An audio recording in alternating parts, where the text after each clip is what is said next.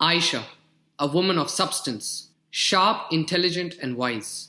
Ayesha, the youngest and the most beloved wife of the Prophet, peace be upon him. Ayesha, the mother of the believers.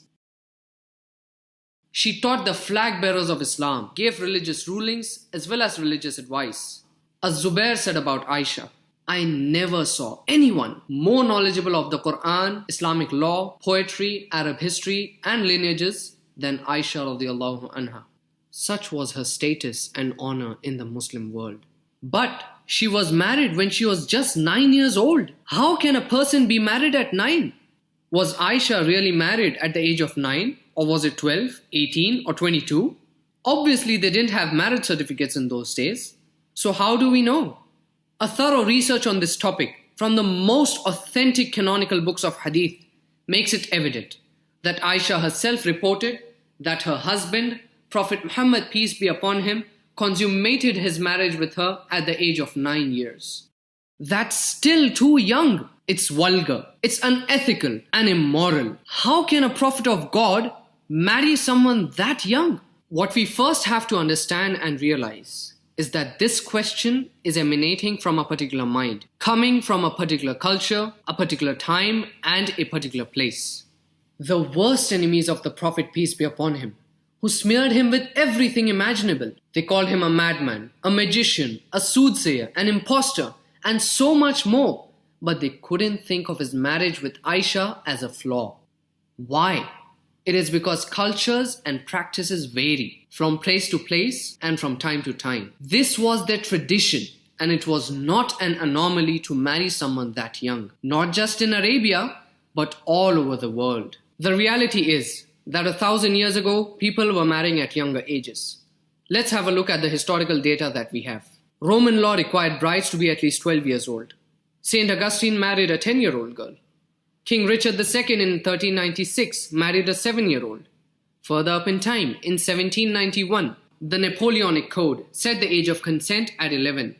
In the United States, in the state of Delaware, in 1880, the minimum age for marriage was 7 years old, and in California, it was 10.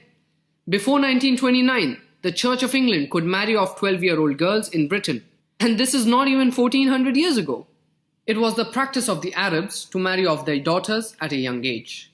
That is, as soon as they reached puberty. Ash-Shafi'i said, in Yemen, I saw many girls aged 9 who had reached puberty. Why are we looking at the tradition from a postmodern lens? Shouldn't we put things in their proper perspectives?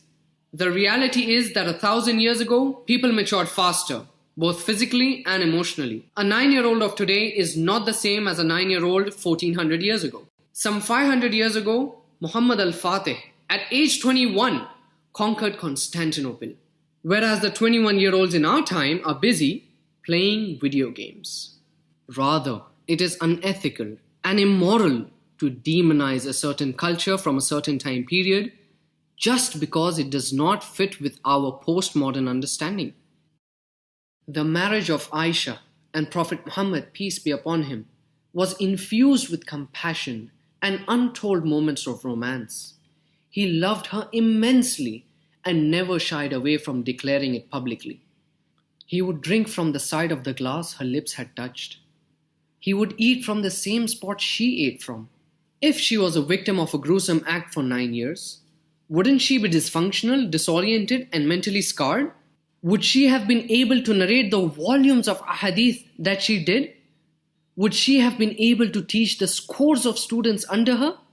And most of all, would she defend her husband, the beloved Prophet Muhammad, peace be upon him, with such severity when his enemies cursed him? Today, this is a marriage which many choose to slander and abject. But have you acquainted yourself with the truth?